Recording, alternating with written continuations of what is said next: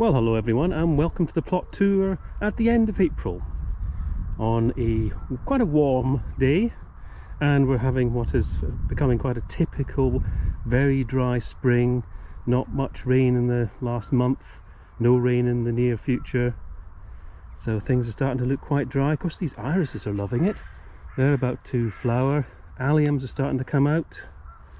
Rhubarb's a bit less keen on this heat, but this Tayberry is having a fantastic year.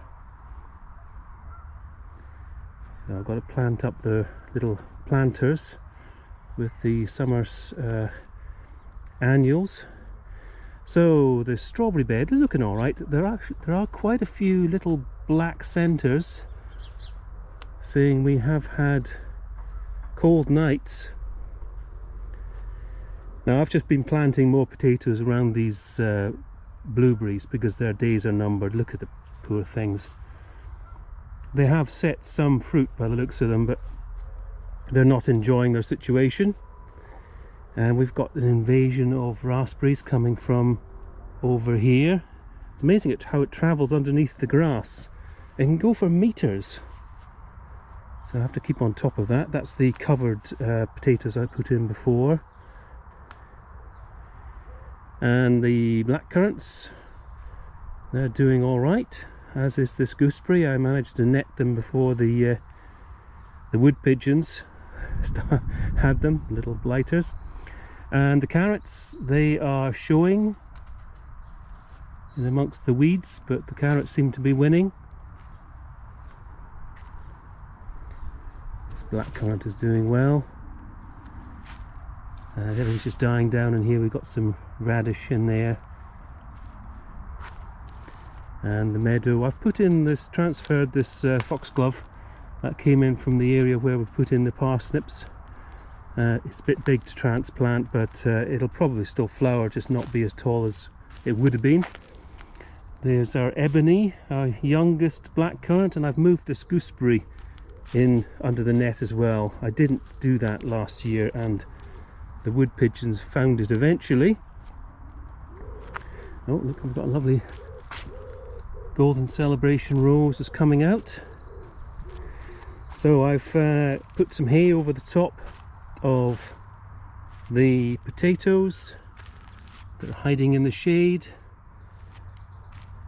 Got a Waldo there, it's a thornless blackberry. And the shallots, the ones saved from last year, they've seemed to have all fired. None of them are, and they're not liking this weather, but the onions are looking good. They'd rather be in Wales rather than the Surrey Sahara. Cover crops, orchard looking okay. Should be another good fruit year by the seam of it, certainly from what is set. More cover crops, leftover leeks and cover crops. Although I have to say that even the cover crops have struggled. And newly in, some lettuce and cabbages. The lettuce have taken well. Cabbages are having a think about it. And more cover crops. This bed's going to be courgettes, so I've got a little bit of time to wait. We do have peaches. They've set, but we've also got peach leaf curl. So even though the cold nights don't seem to have taken the peach fruit, it could be that the curl will see them off. Bunting's still surviving, although it does get shredded terribly in the wind. Foxglove's doing well here, looking a bit dry. That one's got a nice big flower stalk. And the lilies,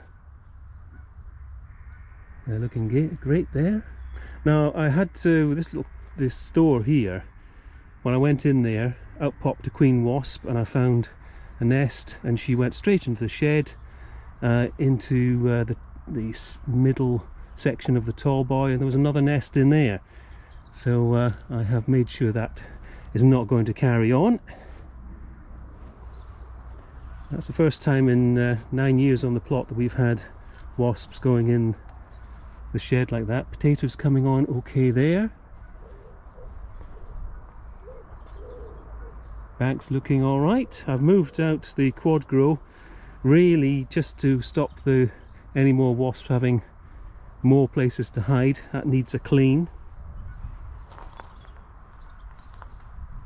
And the peony is very close to flowering. And red love apple tree, that the blossom is nearly over there.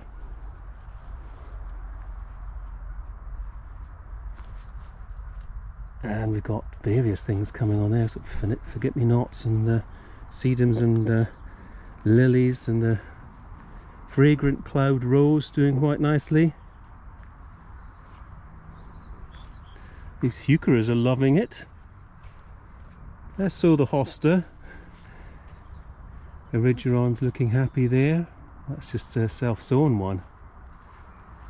It's looking very nice here. Rosemary's happy there. The pluot got lots of fruit. So yes, it's set quite a lot of fruit and all round the tree. So hoping for another bumper crop. And Gertrude Jekyll Rose, she's starting to flower.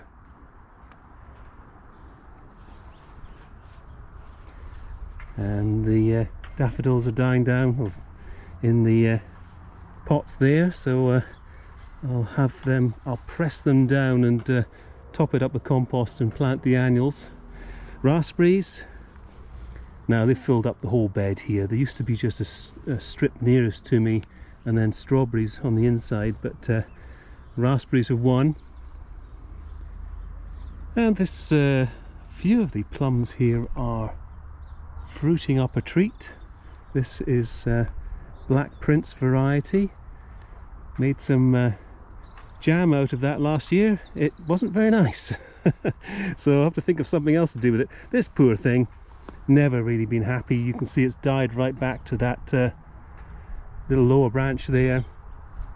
I will cut that off and see whether it can cope. So this is the strip of parsnips. That's all done. That's the first sowing. We'll see whether they germinate. We did the germination test at home, so we know the seed is viable. Here's one of the parsnips that got forgotten last year. Little clump of garlic there. And we got cover crops and residues. Just waiting for, that's going to be tomatoes, peppers, that sort of thing. Garlic.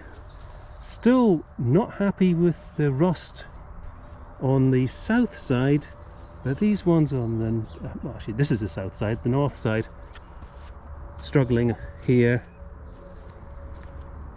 And we've got a fair amount of elephant garlic, spare garlic, and honeysuckle here, and amongst the, look at the pears on this. So obviously they won't all set. We'll have quite a bit of droppage, but that'll be good if we can have even the pears we had last year. They are delicious. And we've got lots of stuff on the apples. And here, look at this poor thing. Look, you can see the shimmering grey-green leaves of something that's got silver leaf, and this poor Victoria plum, it's not looking good. It's got fruit, but it's going to be a battle between you know, the time it takes to mature the fruit and whether it'll actually survive. So unfortunately that tree might have to come out. Green gage, looking good, covered in fruit. Damson, I had high hopes. It set fruit all over the tree this year, unlike last year when it was just on one branch. But I'm thinking that I'm looking at some of the where the fruit were. Some of them seem to have fallen off, and I'm sure those people up and down the country will know there's an awful lot of ladybirds around. It's like they know there's going to be lots of aphids and we'll end up with leaf curl and all sorts going on that the fruit trees certainly won't appreciate. And here's a Waldo obelisk, looking very handsome.